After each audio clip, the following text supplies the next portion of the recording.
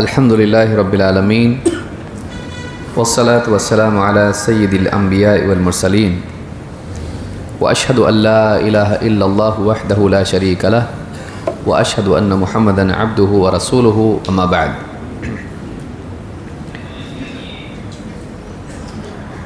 پچھلی مجلس میں کچھ بنیادی باتیں انکار حدیث اور حدیث کی حجیت کے اعتبار سے، حدیث کے دلیل ہونے کے اعتبار سے ہم نے دیکھی۔ اب آئیے ایک ایک کر کے ہم ان دلیلوں کا جائزہ لیتے ہیں جن سے معلوم ہوتا ہے کہ دین میں اللہ کے نبی صلی اللہ علیہ وسلم کی بات اور آپ کا عمل بھی دلیل ہے، تاکہ اس بنیادی معاملے کو حل کیا جائے جو منکرین حدیث کے ہاں پایا جاتا ہے کہ بس قرآن ہمارے لیے کافی ہے۔ قرآن اجمالی اعتبار سے ہمارے لیے کافی ہے۔ کوئی آدمی کہہ سکتا ہے کہ بھائی قرآن کافی نہیں آپ کے لیے، تو اس کا جواب کیا دیں؟ کافی ہے یا نہیں؟ اگر کوئی آدمی کہتا ہے کافی نہیں ہے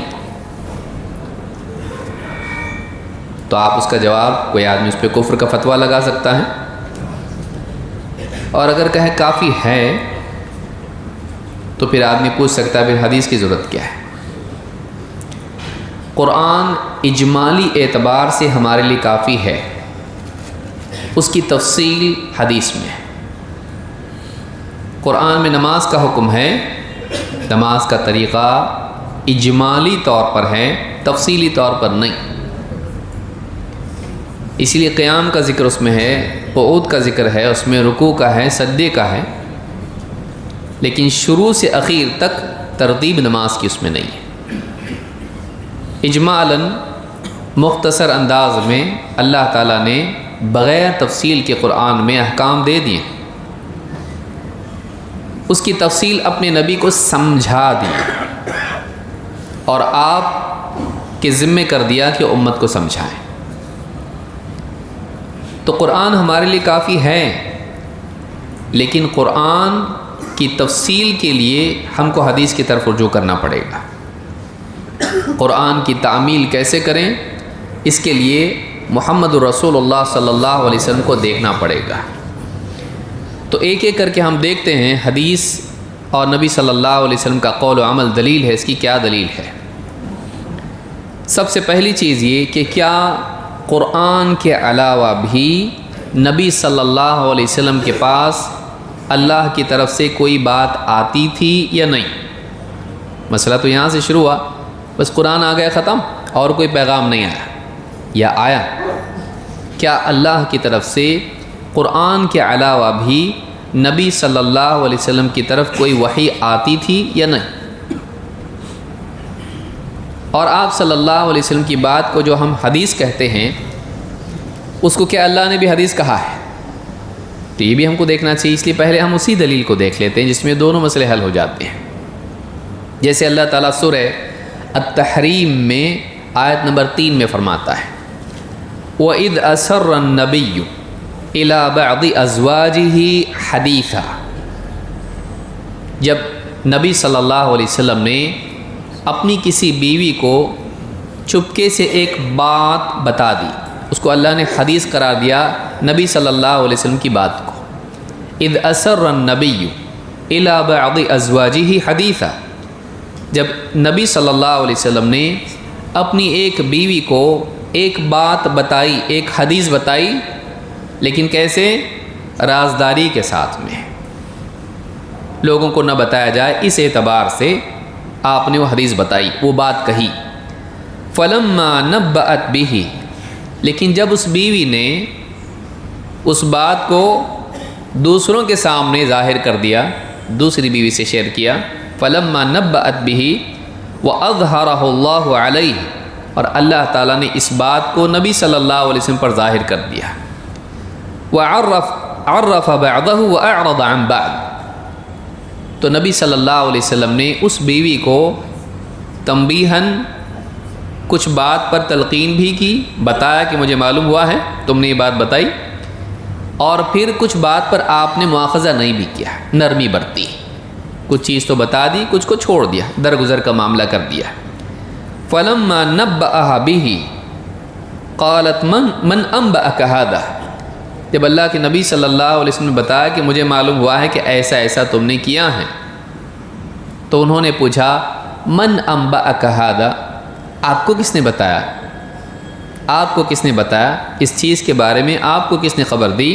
قال نبأنی العلیم الخبیر، نبأنی العلیم الخبیر، مجھے اس نے بتایا ہے جو العلیم ہے الخبیر ہے، جسے ہر چیز کا علم ہے اور ہر چیز کی خبر ہے، ہر چیز کی خبر رکھنے والے نے مجھ کو بتایا ہے۔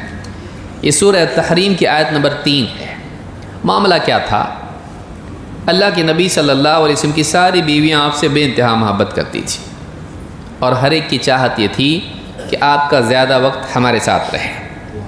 فطری بات ہے، خصوصاً بیویوں کی چاہت ہوتی ہے اگر ایک سے زیادہ بیویاں ہیں تو، لیکن اگر شوہر ایسا ہو نبی صلی اللہ علیہ وسلم جیسا تو چاہت کتنی زیادہ ہوگی۔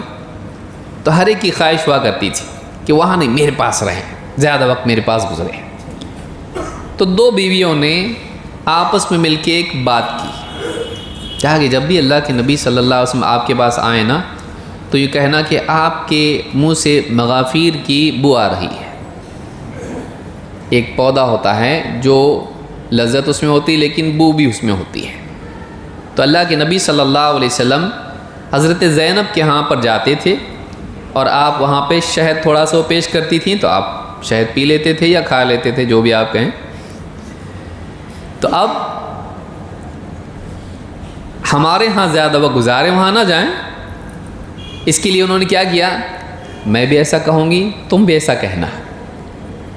دونوں بیویوں نے آپس میں اس طرح سے، حضرت عائشہ اور حضرت حفصہ، حضرت عائشہ بہت انٹیلیجنٹ عورت تھیں اور محبت بھی بہت کرتی تھی اللہ کے نبی صلی اللہ علیہ وسلم سے، اور دونوں انسان تھے، تو دونوں نے ترکیب بنائی، تمہارے پاس جب آئے نا کہنا ماشاءاللہ کچھ بو آ رہی، مغافیر کھائیں شاید آپ، میرے پاس آئیں گے تبھی بھی میں ایسا کہوں گی۔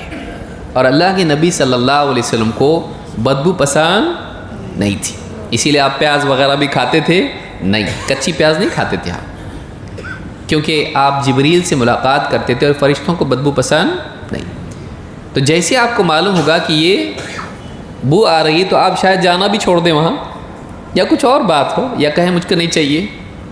تو بیویوں میں اس طرح سے ہوتا ہے، اور وہ چیز بچوں میں بھی ہوتی ہے۔ ایک بچے کے بعد جب دوسرا بچہ آتا ہے تو پہلا بچہ ڈیفینسو ہو جاتا ہے، یہ فطری چیز ہے، اور وہ ایک طبیعت کا حصہ ہے عورت کے، کئی بیویوں میں ہوتا ہے ایسا، بہت کم ہوتا ہے کہ نہ ہو، وہاں بھی تھا، اور وہ کوئی ایسی چیز نہیں کہ جس کے اوپر بہت ہی آدمی ملامت کرے، انسان کی محبت کا نتیجہ ہوتا ہے، وہ مجھے ملے۔ تو جب ایسا کیا تو بعد میں اللہ کی طرف سے آپ کو بتایا گیا کہ ایسا ایسا ہوا ہے، بیک گراؤنڈ میں ایسی ترکیب بنی تھی، آپ نے پھر بتا دیا۔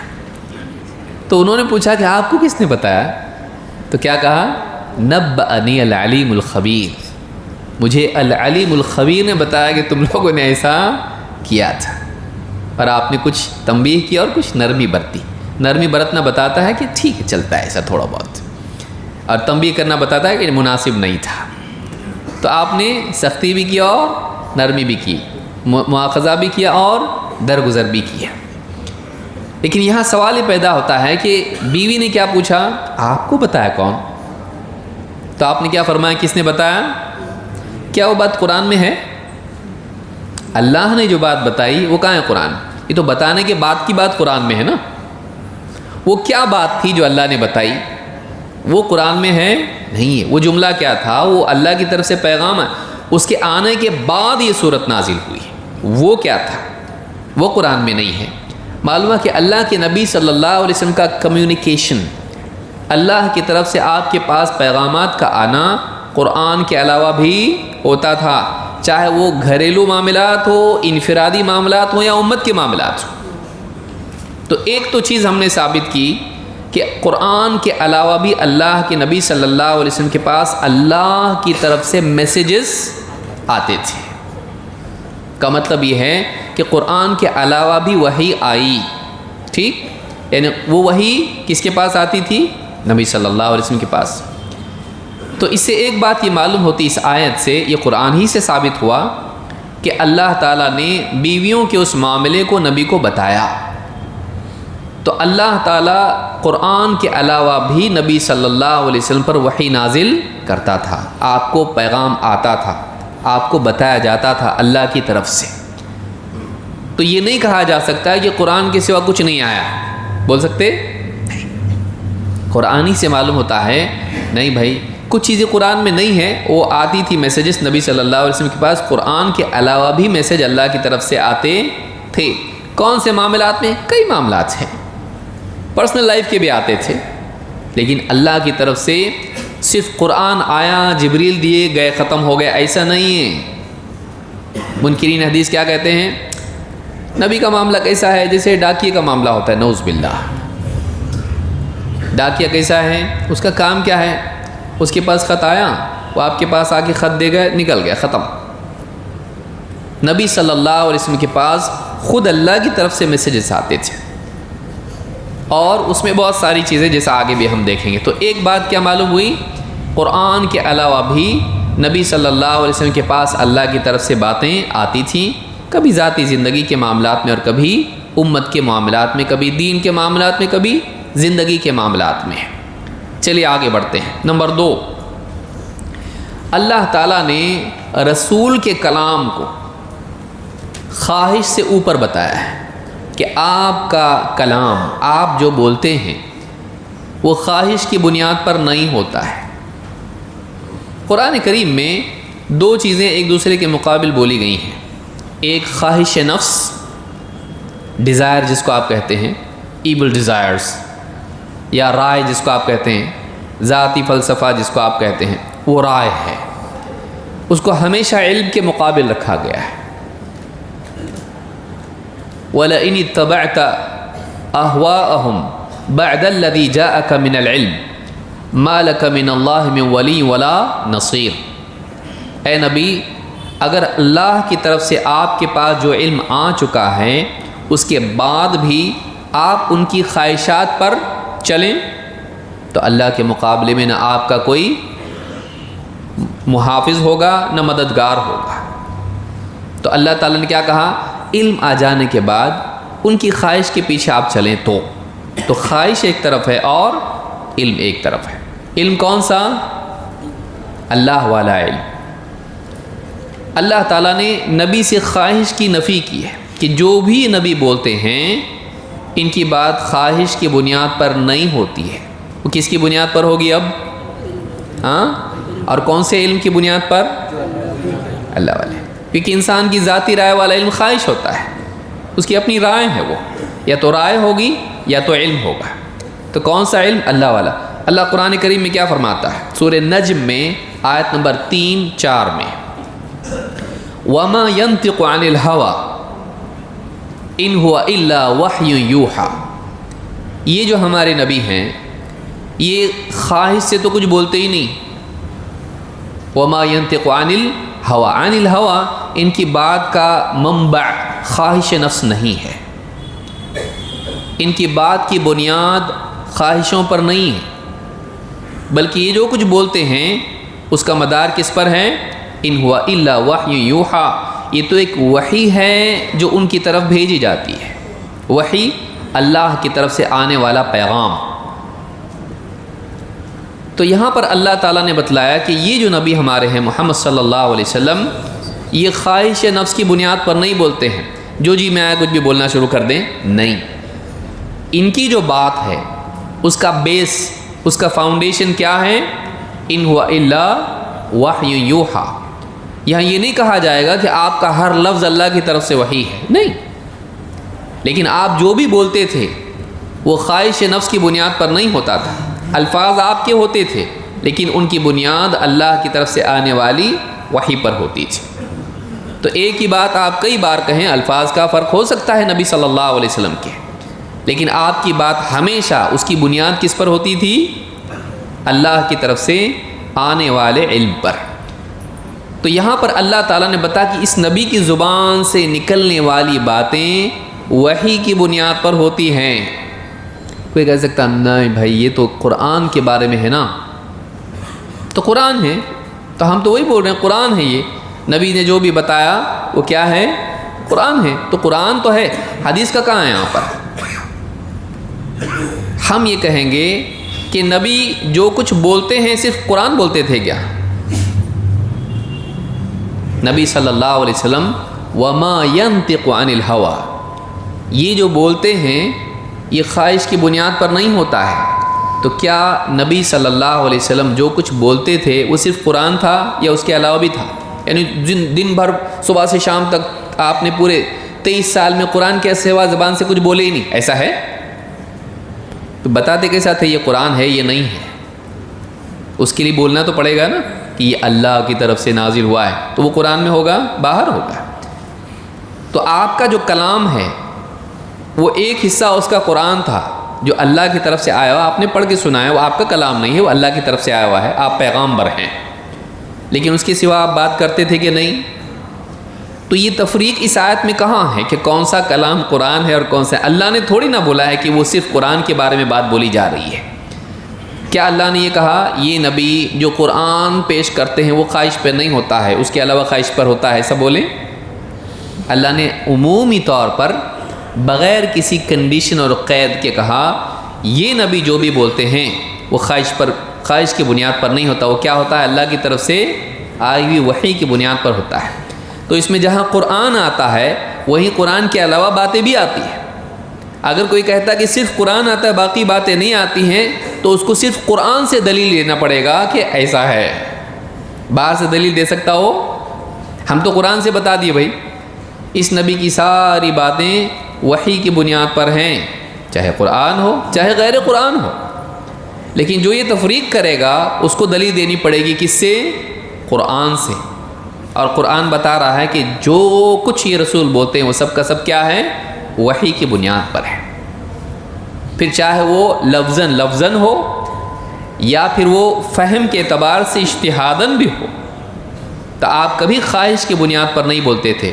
جو بھی فیصلہ کرتے تھے، جو بھی بات کرتے تھے، ہمیشہ اس کا مدار کس پر ہوتا تھا؟ وحی کی بنیاد پر، لیکن آپ وحی سے ہٹ کے کبھی نہیں بولتے تھے۔ تو یہ بات یاد رکھیں گے۔ دوسری بات یہ ملی کہ نبی صلی اللہ علیہ وسلم کے کلام کو اللہ تعالیٰ نے بتایا کہ وحی کی بنیاد پر ہے، چاہے الفاظ آپ کے ہوں، لیکن کبھی آپ وحی والے علم سے ہٹ کے بولتے تھے نہیں، اسی علم کی روشنی میں بولتے تھے۔ نمبر 3، اللہ تعالیٰ نے قرآن کریم کے سمجھانے کی ذمہ داری محمد صلی اللہ علیہ وسلم پر ڈالی تھی، لہٰذا اب 2 ماخذ ہوئے، علم کے 2 سورسز ہوئے، ایک قرآن اور دوسرا وہ جو آپ نے سمجھایا۔ قرآن تو قرآن ہے، سمجھایا اور بھی قرآن میں ہے کہ باہر ہے؟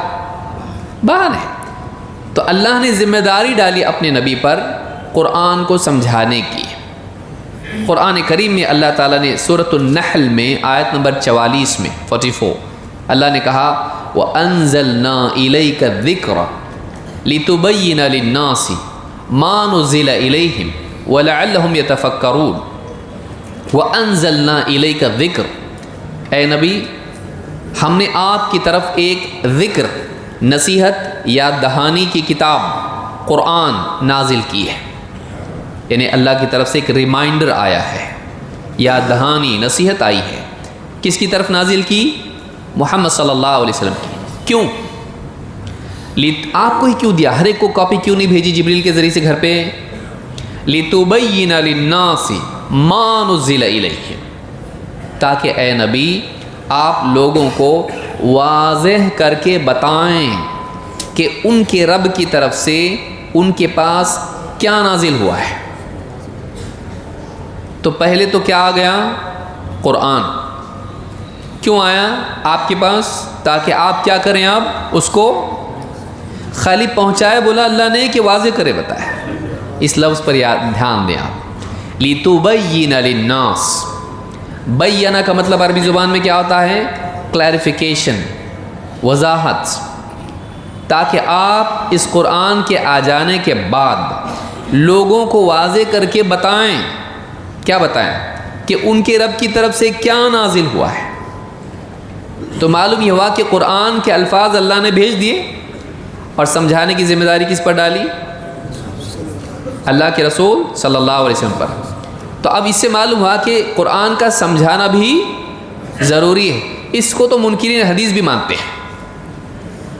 نہیں، قرآن کو سمجھانا ضروری ہے، اس لیے ان کی بھی تفسیریں ہیں، ان کے بھی دروس ہوتے تھے. قرآن کی تفسیر کا درس ہو رہا ہے، بھائی سب چھوڑ دو، ابھی حدیث چھوڑ دو، اب ہم قرآن کو سمجھیں گے. سمجھانے والا تھا کہ نہیں ان کے اندر؟ کہیں بھی منکرین حدیث ہوں، ان کے ہاں مفسر ضرور ملے گا، وہ قرآن کو سمجھائے گا لوگوں کو. اب ہم سب چھوڑ دیں گے، اب کیا کریں گے؟ صرف قرآن کو پکڑیں گے. تو کیسا پکڑیں گے؟ تم لوگ آیا کرو، میں تم کو سمجھاؤں گا قرآن، ہم صرف قرآن پہ چلیں گے. اب تو اب ایک سمجھانے والا ہوتا ہے اور کچھ لوگ سمجھنے والے ہوتے ہیں. اتنا تو وہ بھی مانتے ہیں کہ قرآن کو سمجھانا پڑتا ہے. تو یہی چیز کب تھی؟ نبی صلی اللہ علیہ وسلم کے زمانے میں. منکرین حدیث سے آپ پوچھیں گے بھئی ایک آیت قرآن کی اگر آئی، آج قرآن کی آیتیں ہیں، کیا یہ ممکن ہے کہ ایک آدمی کو سمجھے اور ایک آدمی کو نہیں سمجھے، یا سب کو سمجھتا ہے؟ بولے نہیں، ایسا ہو سکتا ہے کہ کوئی آیت کسی کو نہ بھی سمجھے. تو آپ لوگ کیا کرتے پھر؟ بولے سمجھاتے اس کو. اچھی بات. کیا یہ چیز نبی صلی اللہ علیہ وسلم کے زمانے میں ہوتا تھا کہ کوئی آیت آئی، کسی کو نہیں سمجھا اور کسی کو سمجھا؟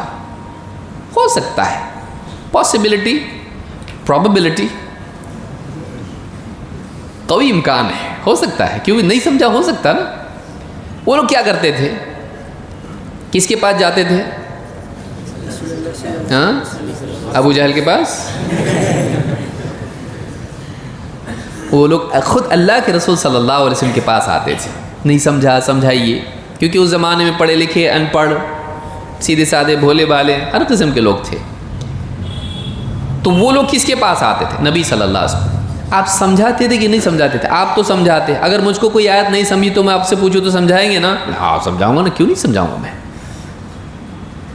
تو اس زمانے میں نبی صلی اللہ علیہ وسلم سمجھاتے تھے کہ نہیں؟ سمجھاتے ہوں گے، نہیں سمجھاتے تھے. اچھی بات. وہ جو آپ سمجھائے صحابہ اس کو مانتے تھے کہ نہیں؟ وہ جو آپ نے سمجھائے وہ اسی زمانے کے لیے تھا یا قیامت تک کے لیے؟ تو اس کو سنبھال کے رکھنا ضروری تھا کہ نہیں؟ اس کو کیا بولتے ہیں پھر؟ حدیث. تو آپ جو سمجھا رہے وہ ماننا کہ نہیں ماننا؟ ماننا تو چاہیے میرے حساب سے. ہاں، اور نبی نے جو سمجھا اس کو نہیں ماننا. سمجھ میں آ رہی بات؟ سمجھ میں آ رہی کہ نہیں آ رہی؟ ایک منکرین حدیث کا گرو وہ جو سمجھا رہا ہے وہ دلیل ہے، یہ مطلب نہیں ہے جو آپ سمجھے، میں جو بتا رہا نا وہ مطلب ہے. تو اس کا مطلب بتایا ہوا دلیل ہے کہ مطلب اس کی انڈرسٹینڈنگ کے حساب سے آیت کا وہ مطلب ہے. یہ سارے محدثین غلط سمجھے. بھئی کتنی آیتیں ہیں، محدثین اس سے ایک دلیل لیتے ہیں حدیث کے بارے میں، کہتے ہیں یہ نہیں ہے. جیسے وما ينطق عن الهوى کا ہی معاملہ ہے کہ یہ اپنی خواہش سے نہیں بولتے ہیں، تو ہم اس سے دلیل لے رہے ہیں کہ اس میں حدیث بھی آتی ہے. منکرین حدیث کیا کہہ رہے ہیں؟ اس میں صرف قرآن آتا ہے. ٹھیک، تو فرق تو ہوا نا. تو پھر اس کی دلیل کون ہے؟ مطلب کون کس کا ہم فہم لیں؟ فہم میں فرق ہو سکتا ہے. تو اس زمانے میں جب نبی صلی اللہ علیہ وسلم جو سمجھاتے تھے وہ صحابہ کے لیے ماننا ضروری تھا. سوال یہ ہے کہ وہ آپ کا سمجھایا ہوا صحیح تھا کہ غلط تھا؟ صحیح تھا کہ نہیں تھا؟ صحیح تھا. تو اب وہ جو صحیح تھا وہ اس زمانے کے لیے حجت تھا یا قیامت تک کے لیے؟ تو جو صحابہ جو جمع کیا حدیثوں کو صحیح کرے کہ غلط کیے، محدثین جو اتنی محنت کی صحیح کی کہ غلط کیے، وہ ضروری تھا. تو اللہ رب العالمین نے یہاں پر کہا وَأَنزَلْنَا إِلَيْكَ الذِّكْرَ، ہم نے اس ذکر کو نازل کیا اور کہا کہ لِتُبَيِّنَ، تو بیان کرنے اور واضح کرنے کی ذمہ داری کس کی طرف نسبت کی؟ محمد صلی اللہ علیہ وسلم کی طرف، تاکہ آپ اس کو واضح کر کے لوگوں کو سمجھائیں.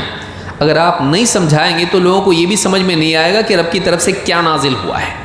لِتُبَيِّنَ لِلنَّاسِ مَا نُزِّلَ إِلَيْهِ، تاکہ آپ لوگوں کو واضح کر کے سمجھائیں کہ ان کے رب کی طرف سے کیا نازل ہوا ہے. یعنی بہت ممکن ہے آیت کے الفاظ پڑھ کے بھی نہیں سمجھ میں آئے کہ واقعی اس کا مطلب کیا ہے. جب تک کہ آپ سمجھائیں گے نہیں سمجھ میں نہیں آئے گا کہ واقعی بات کیا ہے. تو یہ ذمہ داری کس پر ڈالی؟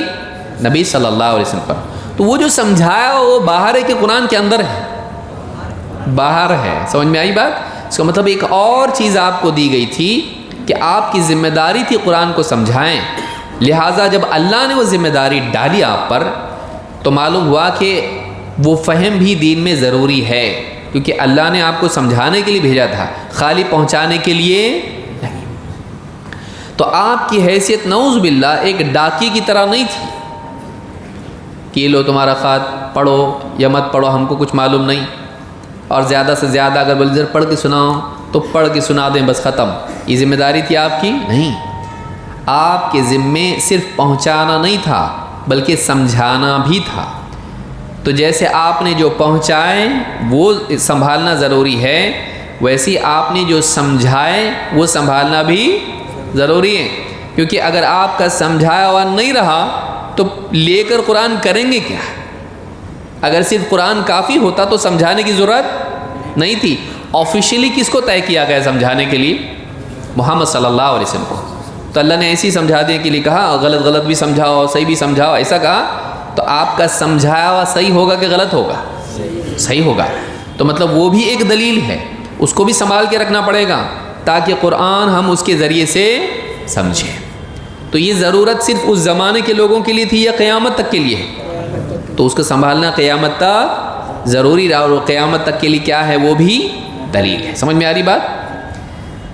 تو اس آیت میں، یہ سورہ نحل کی آیت نمبر 44 ہے، تو اس سے معلوم ہوتا ہے کہ قرآن کی سمجھانے کی ذمہ داری محمد صلی اللہ علیہ وسلم پر ڈالی گئی. قرآن کے علاوہ نمبر 4، قرآن کے علاوہ ایک اور چیز نازل ہوئی جسے حکمت کہا جاتا ہے. اللہ تعالیٰ قرآن کریم میں فرماتا ہے وَأَنزَلَ اللَّهُ عَلَيْكَ الْكِتَابَ وَالْحِكْمَةَ وَعَلَّمَكَ مَا لَمْ تَكُنْ تَعْلَمُ وَكَانَ فَضْلُ اللَّهِ عَلَيْكَ عَظِيمًا. سورہ نساء آیت نمبر 113. وَأَنزَلَ اللَّهُ عَلَيْكَ الْكِتَابَ وَالْحِكْمَةَ، اور اے نبی اللہ تعالیٰ نے آپ پر کتاب اور حکمت نازل کی ہے. وَعَلَّمَكَ مَا لَمْ تَكُنْ تَعْلَمُ، اور آپ کو وہ سکھایا جو آپ پہلے نہیں جانتے تھے. وَكَانَ فَضْلُ اللَّهِ عَلَيْكَ عَظِيمًا، اور آپ پر آپ کے رب کا ہمیشہ سے فضل رہا ہے، شروع سے بچپن سے لے کے جوانی تک، نبوت تک، اور نبوت کے بعد بھی.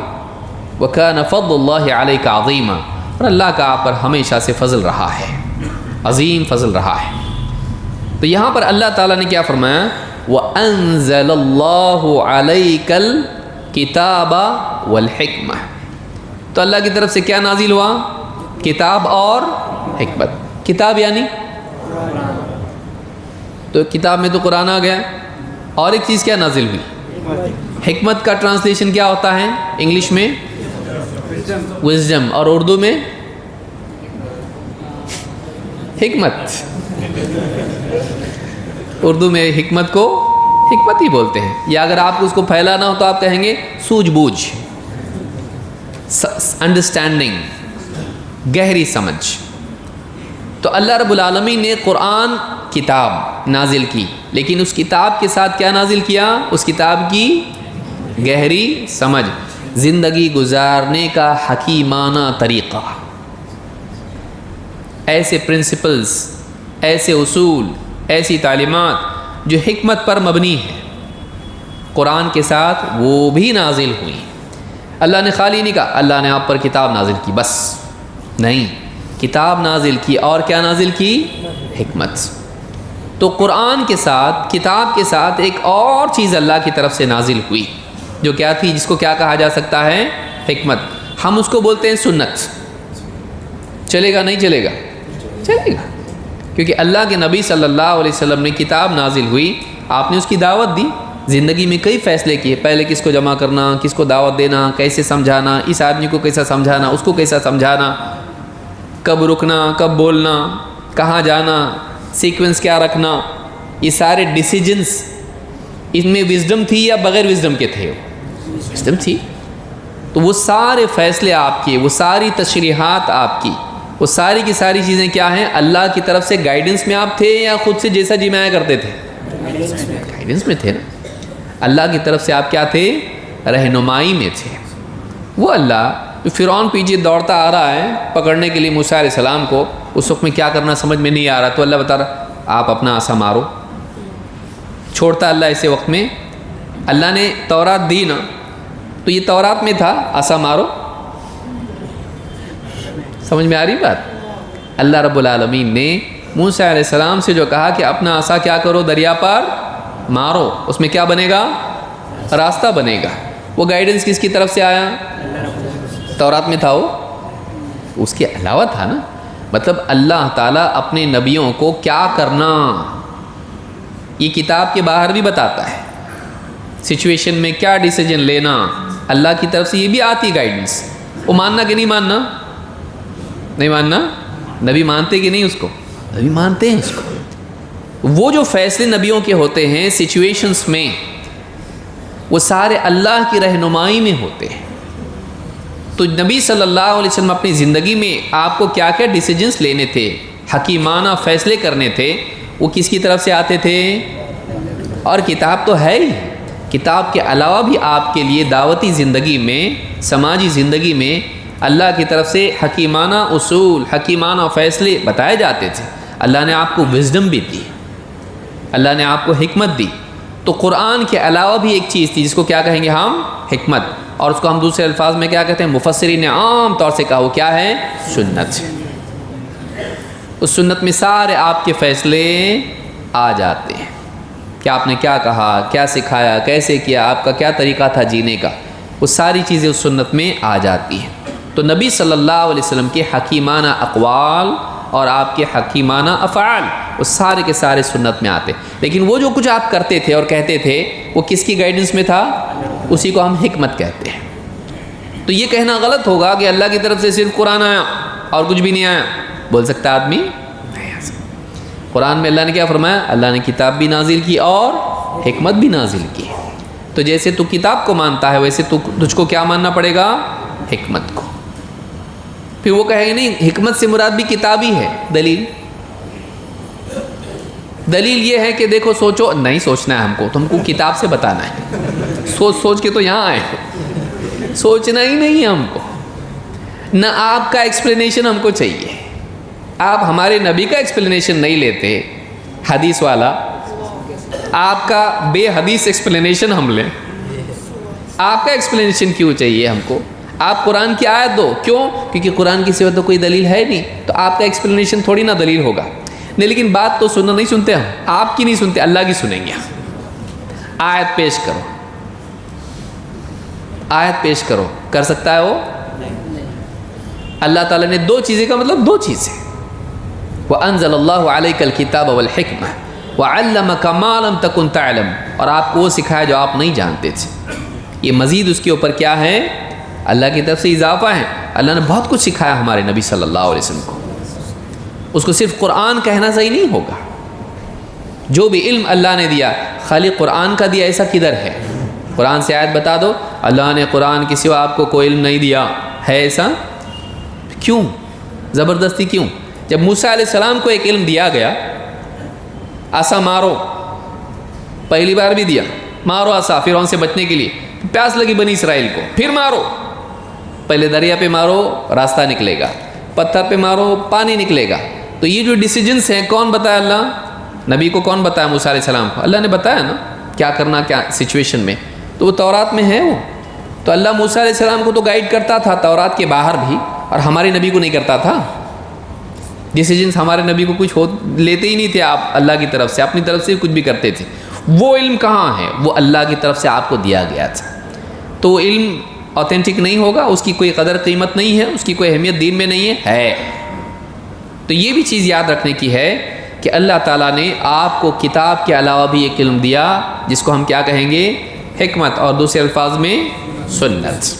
چلیے آگے بڑھتے ہیں. نمبر 5، وہ جو حکمت تھی وہ آپ کی ذات تک محدود نہیں تھی. کوئی آدمی دیا ہوگا، ٹھیک ہے بھائی، ہمارا اس سے کیا لینا دینا، اچھی بات ہے. اس حکمت کو آپ سکھاتے بھی تھے. تو تو اللہ تعالیٰ قرآن کریم میں کیا فرماتا ہے؟ لقد من اللہ علی المؤمنین اذ بعث فیہم رسولا من انفسہم یتلو علیہم آیاتہ ویزکیہم ویعلمہم الکتاب والحکمہ وَإِن كَانُوا مِن قَبْلُ لَفِي ضَلَالٍ مُبِينٍ۔ سورہ آل عمران آیت نمبر 164۔ اللہ تعالیٰ فرماتا ہے لَقَدْ مَنَّ اللَّهُ عَلَى الْمُؤْمِنِينَ، اللہ نے بہت بڑا احسان کیا ایمان والوں پر، جب اللہ تعالیٰ نے اذ بعث فیہم رسولا من انفسہم، جب ان کے درمیان انہی میں سے ایک رسول کو مبعوث کیا، ان کے درمیان انسان کو رسول بنا کر ان کے پاس بھیجا۔ اذ بعث فیہم رسولا من انفسہم، عربوں میں سے عرب اور انسانوں میں سے انسان۔ وہ رسول کیا کرتا ہے؟ خالی قرآن پہنچا کے چلا جاتا، ہاں، یتلو علیہم آیاتہ، جو ان کے سامنے اللہ کی آیتیں ان کو پڑھ کے سناتا ہے۔ کام ختم، کام شروع۔ صرف اتنے پہ ختم ہونا چاہیے تھا بھائی، اگر حدیث دلیل نہیں ہوتی، وہ آیتیں پڑھ کے سناتا ہے اور بس ختم ہو جاتا کام اس کا، ایسا ہے نہیں۔ یتلو علیہم آیاتہ ویزکیہم، اور ان کا تزکیہ کرتا ہے، ان کو برے عقائد سے، برے اخلاق سے پاک کرتا ہے، ان کو پاک کرتا ہے گندگی سے، جاہلیت کی، ان کو بہتر انسان بناتا ہے، ان کو پروان چڑھاتا ہے اچھائیوں میں۔ تزکیہ اس کو کہتے ہیں، اچھی صفات کو پروان چڑھانا، بری صفات کو اس کو پاک کرنا، ختم کرنا۔ زکا عربی زبان میں دونوں کے لیے آتا ہے، پاک کرنا، بڑھانا، اسی سے زکوٰۃ ہے، اس سے مال پاک ہوتا ہے اور مال بڑھتا ہے، تو اس میں دونوں پہلو ہوتے ہیں، پاکیزگی اور نما، اس میں بڑھنا اس چیز کا۔ تو کہا ان کا تزکیہ کرتا ہے، ان کو پیوریفائی کرتا ہے، جاہلیت کے اثرات سے ان کو پاک کرتا ہے۔ وَيُعَلِّمُهُمُ الْكِتَابَ وَالْحِكْمَةَ، لیجئے، اور انہیں ایجوکیٹ کرتا ہے، انہیں تعلیم دیتا ہے کتاب اور حکمت کی۔ خالی کتاب کی تعلیم دیتا نہیں، کس کی تعلیم دیتا ہے؟ کتاب کی اور حکمت کی۔ تو خالی کتاب کی تعلیم تھوڑی نہ دیتا ہے، اس کے ساتھ اور کیا ہے؟ جو حکمت اللہ نے آپ کو دی ہے وہ آپ تک محدود ہے، آپ ہی کے لیے ہے؟ نہیں، وہ آپ کے ساتھ آپ کی پوری امت کے لیے ہے، کہ جیسا آپ جیے، جیسے آپ نے زندگی میں فیصلے کیے، امت بھی آپ کے تابع ہیں، دعوت میں بھی اور بقیہ سارے امور میں، اس کی پابندی ان کو بھی کرنی ہے۔ قُلْ هَٰذِهِ سَبِيلِي أَدْعُو إِلَى اللَّهِ عَلَىٰ بَصِيرَةٍ أَنَا وَمَنِ اتَّبَعَنِي، اے نبی آپ کہہ دیجئے یہ میرا راستہ ہے، میں لوگوں کو اللہ کی طرف بلاتا ہوں، خالی میں عَلَىٰ بَصِيرَةٍ، بصیرت کے ساتھ، حکمت کے ساتھ، سوجھ بوجھ کے ساتھ۔ تو یہاں کہا کہ دعوت دیتا ہوں، لیکن کیسے؟ بصیرت کے ساتھ۔ وہ بصیرت کس نے دی؟ اور اس بصیرت کے ساتھ دعوت دیتا ہوں میں اور میری پیروی کرنے والے بھی۔ تو اس بصیرت کی ضرورت جب آپ کو ہے تو امت کو نہیں ہوگی؟ جب آپ کے ساتھ آپ کے پاس وہ بصیرت آئی تو امت کے پاس کہاں سے آئے گی؟ ڈائریکٹ اللہ کی طرف سے جبریل آئیں گے ان کے پاس وہ بصیرت کہاں سے آئی؟ آپ کی رہنمائی میں، آپ کو سن کے، آپ کو دیکھ کے۔ تو کہا کہ وَيُعَلِّمُهُمُ الْكِتَابَ وَالْحِكْمَةَ، اور یہ نبی مسلمانوں کو، اہل ایمان کو کتاب اور حکمت کی تعلیم دیتا ہے۔ جہاں آپ قرآن کو سکھاتے تھے وہیں قرآن کے ساتھ ساتھ حکمت بھی سکھاتے تھے۔ ایک تو آیتیں پڑھ کے سنانا، دوسرا ان کو نہلانا دھلانا، اچھا انسان بنانا، پاک کرنا سب جاہلیت کے جتنے بھی آثار ہیں اس سے۔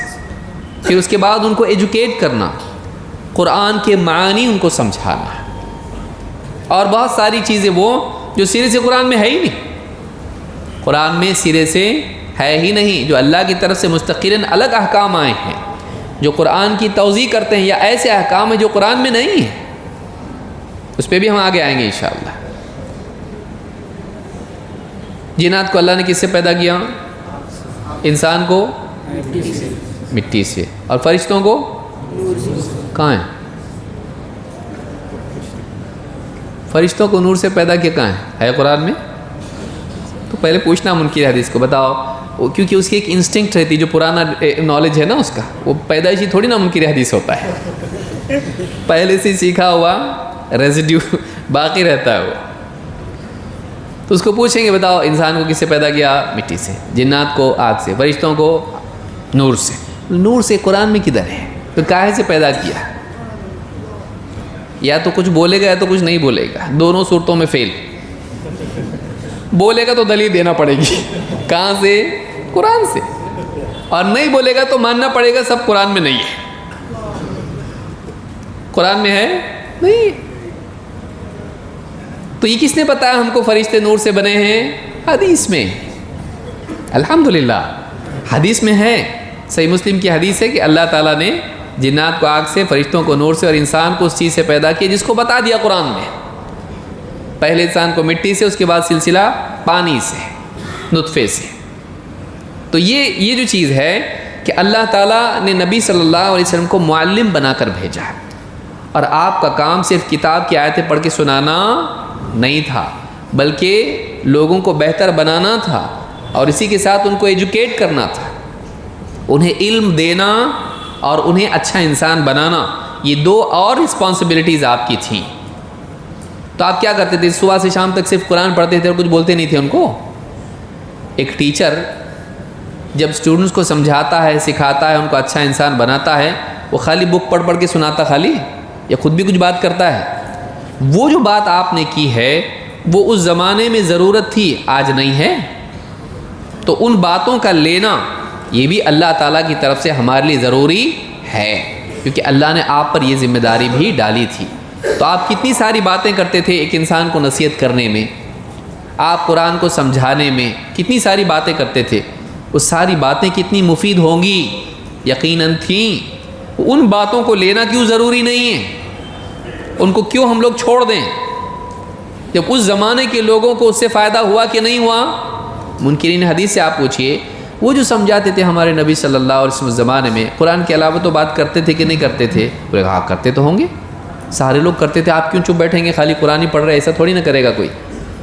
تو قرآن کے علاوہ بھی جو آپ بات کرتے تھے اس سے لوگوں کو فائدہ ہوتا تھا کیا؟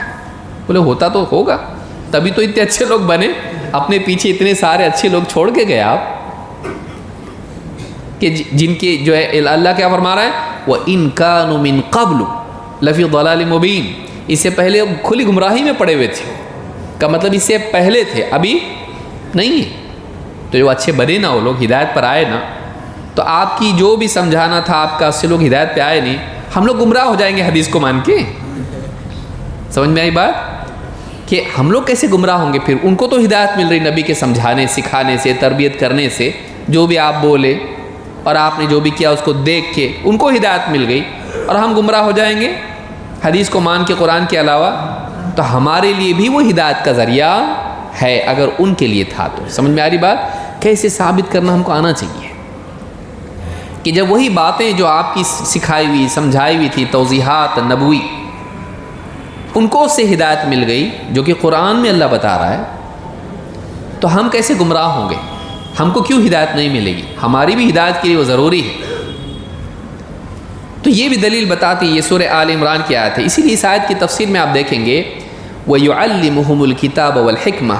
اس کی تفسیر میں قتادہ رحمہ اللہ، اس لیے سلف کا فہم کتنا ضروری ہے. قتادہ رحمہ اللہ تابعین میں سے ہیں، کہتے ہیں وَيُعَلِّمُهُمُ الْكِتَابَ وَالْحِكْمَةَ أي السُّنَّةِ.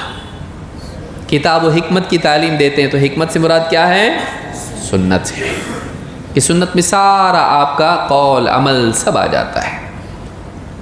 یہ امام ابن جریر الطبری نے اپنی تفسیر میں اس کو روایت کیا، اور اس کی سند حسن ہے. بلکہ خود اللہ کے نبی صلی اللہ علیہ وسلم اپنے گھر والوں کو حکمت سکھاتے تھے. مرد نہیں، عورتیں بھی اس کی محتاج ہیں. ایک تو عمومی بات ہوئی جس میں پوری امت آئی، اسپیشلی خصوصی طور پر عورتیں بھی اس حکمت کی محتاج ہیں، اور وہ بھی حقدار ہیں. اللہ تعالیٰ قرآن کریم میں فرماتا ہے، اور اس کو یاد رکھنا ضروری تھا. مطلب ایسے نہیں تھا ٹھیک ہے بولے ضروری نہیں اس کو یاد رکھنا. بول دیے اچھی بات ہے، لیکن اس کو یاد رکھنا، سنبھالنا، قرآن کو بھی سنبھالنا، اس کو بھی سنبھالنا کیا ضرورت ہے؟ سمجھا دی، چھوڑ دو، سمجھ لیے نا، ختم، حدیث سنبھال کے کیوں رکھتے؟ نہیں، اللہ تعالیٰ نے سنبھالنے کے لیے بھی کہا ہے، یاد رکھنے کے لیے کہا ہے۔ معلوم ہے کہ جیسے قرآن کا یاد رکھنا ضروری ہے، ویسے ہی سنت کا یاد رکھنا بھی ضروری ہے۔ دلیل کیا ہے اس کی؟ قرآن کریم میں اللہ تعالیٰ فرماتا ہے، اللہ کے نبی صلی اللہ علیہ وسلم کی بیویوں سے خطاب کرتے ہوئے، وَاذْكُرْنَ مَا يُتْلَى فِي بُيُوتِكُنَّ مِنْ آيَاتِ اللَّهِ وَالْحِكْمَةِ،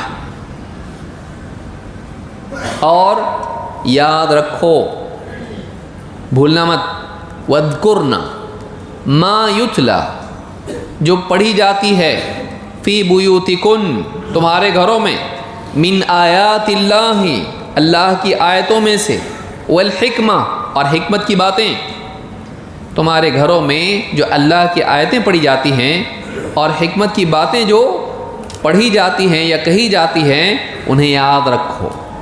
کس سے کہا جا رہا ہے؟ ازواج مطہرات سے۔ تو جہاں اللہ کی آیتوں کو یاد رکھنا ضروری ہے، وہیں حکمت ہم دیکھ چکے کس کو کہتے ہیں؟ نبی صلی اللہ علیہ وسلم کی سنت کو۔ تو جہاں اللہ کی آیتوں کی یاد رکھنے کا اللہ نے حکم دیا ہے، وہیں حکمت کی یاد رکھنے کا بھی اللہ نے حکم دیا ہے کہ اس کو بھلانا مت۔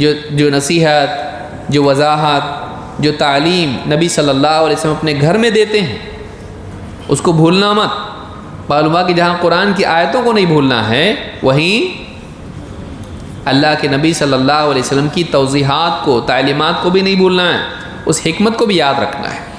وَاذْكُرْنَ مَا يُتْلَى فِي بُيُوتِكُنَّ مِنْ آيَاتِ اللَّهِ وَالْحِكْمَةِ، سورۃ الاحزاب آیت نمبر 34۔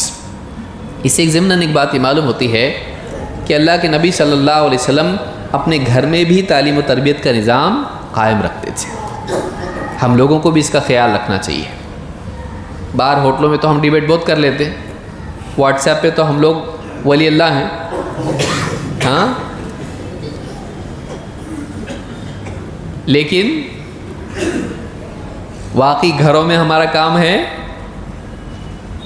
ہاں بولنے میں تھوڑا دکھتا ہے نا نہیں، تو گھروں میں دیکھیے آپ صلی اللہ علیہ وسلم کی اتنی بڑی ذمہ داری تھی امت کے اعتبار سے، لیکن اپنی بیویوں کی بھی تربیت آپ کرتے تھے، اور اللہ نے قرآن میں اس کو ذکر کیا ہے، وَاذْكُرْنَ مَا يُتْلَى فِي بُيُوتِكُنَّ مِنْ آيَاتِ اللَّهِ وَالْحِكْمَةِ، تمہارے گھروں میں جو اللہ کی آیتیں پڑھی جاتی ہے اور حکمت کی بات ہوتی ہے، کون کرتا ہے وہ؟ اللہ کے نبی صلی اللہ علیہ وسلم۔ اس کو یاد رکھو کا مطلب وہ دونوں چیزیں یاد رکھنے کی ہیں یا خالی قرآن؟ خالی قرآن ہے نا؟ نہیں، دونوں چیزیں ہیں۔ جب دونوں چیزیں تمہارے گھر میں پڑھی جاتی ہیں، بولی جاتی ہیں، تو یاد بھی کیا کرنا پڑے گا؟ دونوں چیزوں کو یاد رکھنا پڑے گا۔ اس سے معلوم ہوتا ہے کہ حدیث کی حفاظت ضروری تھی امت کے لیے۔ صحابہ اس کو اچھی طرح جانتے تھے، ان کے پاس دو رائے نہیں تھی اس میں کہ حدیث بھی ضروری ہے۔ قتادہ رحمہ اللہ کہتے ہیں اس آیت کی تفسیر میں کہ من آیات اللہ والحکمہ، دو باتیں یہاں بیان کی ہیں، تو اس کی تفسیر میں کہتے ہیں من القرآن والسنہ، من القرآن والسنہ، قرآن و سنت کی باتیں جو تمہارے گھر میں بولی اور پڑھی جاتی ہیں، ان کو یاد رکھو۔ امام ابن عبد البر نے اپنی کتاب جامع بیان العلم میں روایت نمبر 67 پر اس کو ذکر کیا ہے، 67، اور اس کی سند صحیح ہے۔ چلیے آگے بڑھتے ہیں۔ نبی صلی اللہ علیہ وسلم کی تعلیمات کی ضرورت آپ کے زمانے کے ساتھ خاص نہیں تھی۔ سمجھ میں آ رہی جو باتیں میں بول رہا ہوں؟ ہاں، یاد رکھنے کی چیزیں ہیں، ان کو یاد رکھنا چاہیے کہ آگے جو انکار حدیث کا فتنہ ہمارے سامنے ہے، اس وقت میں ہم کو یاد رہنا چاہیے کہ قرآن کے ساتھ حدیث بھی ضروری ہے، اور اس کی دلیل کہاں سے دے رہے ہیں ہم لوگ؟ قرآن سے، کیونکہ حدیث دیں گے تو عجیب بات یہ ہے کہ منکرین حدیث جو ہیں، حدیث کو نہیں ماننے کی دلیل بھی حدیث سے دیتے ہیں۔ آدمی کی عقل کیسی ہو جاتی ہے آپ سوچیے۔ بولے اللہ کے نبی صلی اللہ علیہ وسلم نے حدیث لکھنے سے منع کیا تھا،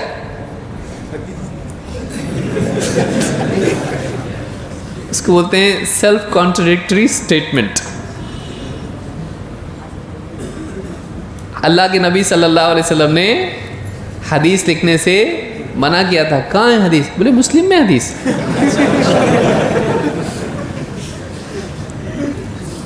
تو مطلب حدیث دلیل نہیں ہے؟ بولے گا نہیں، اس سے معلوم ہوتا دلیل نہیں ہے، اگر ہوتی تو لکھنے بولتے. تو پھر آپ کیا دے رہے ہیں؟ آپ اس چیز کی دلیل دے رہے، کہاں سے دے رہے بھائی؟ آپ حدیث کو دلیل میں پیش کر کے ثابت یہ کر رہے ہیں کہ حدیث دلیل نہیں ہے. کہاں گیا؟ لے کر آئے یا گھر پہ چھوڑ کے آئے؟ تو بعض اوقات آدمی اتنا ڈسپریٹ ہوتا ہے کہ جس چیز کو رد کرنا چاہتا ہے اسی چیز کو ثابت کر دیتا ہے. تو ایسا کوئی کرے، کہے کہ اللہ کے نبی صلی اللہ علیہ وسلم نے حدیث لکھنے سے منع کیا گیا تھا، اس سے ثابت ہوتا ہے کہ حدیث دلیل نہیں ہے، کہ الحمدللہ آپ کی دلیل سے ثابت ہوا کہ حدیث دلیل ہے. آپ کے سمجھنے میں غلطی ہوئی، کیوں لکھنے سے منع کیا؟ یہ کون لکھا ہے حدیث؟ منع تو کیے تھے نا لکھنے سے، تو یہ حدیث لکھا کون پھر؟ اور آپ لکھ کے لائے، دیکھو دیکھو لکھا ہوا ہے یہاں پہ. تو کہا حدیث لکھنے سے منع کیا، اور حدیث لکھی ہوئی بھی ہے، ماشاءاللہ. تو کون لکھا ہے پھر؟ تو لکھے کیوں؟ تو معنی وہ نہیں ہے جو تم سمجھے ہو. ساری مصیبت کی جڑ یہ ہے کہ آدمی اپنے فہم کو وحی کا درجہ دے دیتا ہے. یاد رکھیں گے اس کو. ساری مصیبت کی جڑ کیا ہے؟ آدمی اپنی انڈرسٹینڈنگ کو اللہ کی طرف سے نازل کیے ہوئے علم کے برابر مان لیتا ہے. مجھ کو جو سمجھا وہی صحیح. اور اللہ کے نبی صلی اللہ علیہ وسلم نے 3 ہلاک کرنے والی چیزوں میں سے اس کو بھی شمار کیا تھا. کو اعجاب المرء بنفسہ، آدمی کا اپنے آپ کو کچھ سمجھنا، میں کچھ ہوں، مجھ کو جو سمجھتا ہے وہ ہمیشہ صحیح ہوتا ہے. اپنی فکر کو، اپنی رائے کو کعبہ بنا لے کہ سب اس کا طواف کرو، اسی کو مرکز بنا لے، اسی کو سینٹر بنا لے، اس کو اصل بنا لے، دلیل بنا لے. سب کو یہ ماننا پڑے گا جو میں سمجھاؤں. تو سمجھا غلط بھی تو ہو سکتا ہے نا، تو سمجھا صحیح کیسے ہے؟ تو فہم غلط ہے، دلیل نہیں. سمجھتا وقت ہو گیا، رکنا پڑے گا یا نہیں؟ رک جائیں گے پکا؟ ٹھیک ہے، ہم لوگ یہی رک جاتے ہیں. تھوڑا کچھ وقت شاید وقفہ لیں گے، اس کے بعد میں تھوڑا آپ لوگوں کو بھی تھوڑا سا ٹینشن کم ہو جائے گا.